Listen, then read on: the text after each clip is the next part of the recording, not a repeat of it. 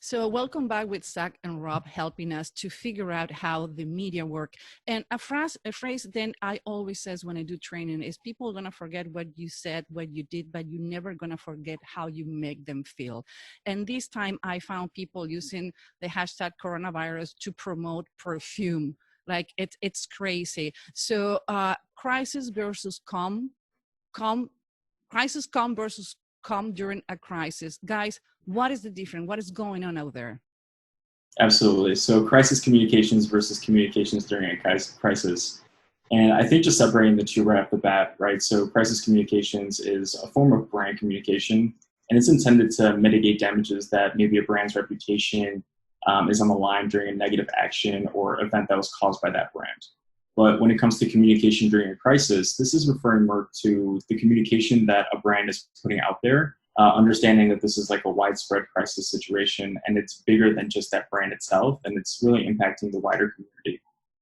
So events that trigger a crisis are not necessarily, caused by that brand, but it's really just a matter of how is that brand going to step up and do the things that they need to do to keep interacting with their community and do the things that would, make their customers feel more comfortable during this time of crisis.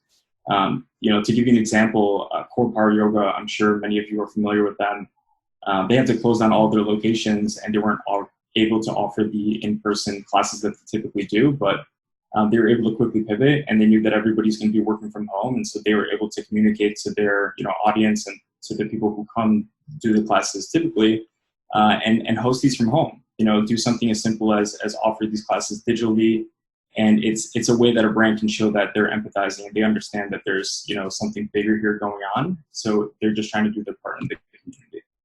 I will call it to social responsibility. When you have a brand and you have an upfront store, even it's tangible or non-tangible, you have a social responsibility with your clients. And I'm sure that when you help people in time of crisis, that people feel like an emotional response to you, and I'm sure is going to be one of the companies like other ones who are going to recover faster because they were responsible during this crisis.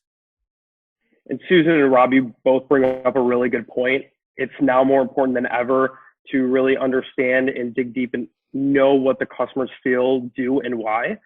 We have two ears and one mouth for a reason, and listening to these conversations across all of social and the web, huge opportunity for brands to do just that. Social media is essentially the world's largest group forum.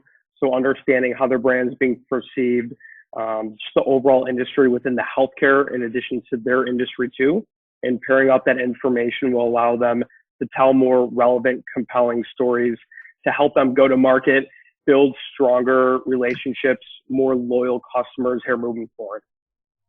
I have a friend who says, you want to know how people really is? Check when they're getting divorced and when you have a crisis. So this is going to show the true colors.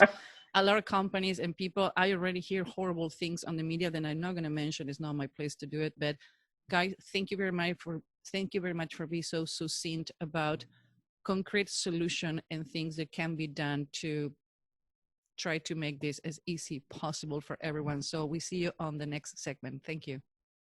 Thanks. Thanks.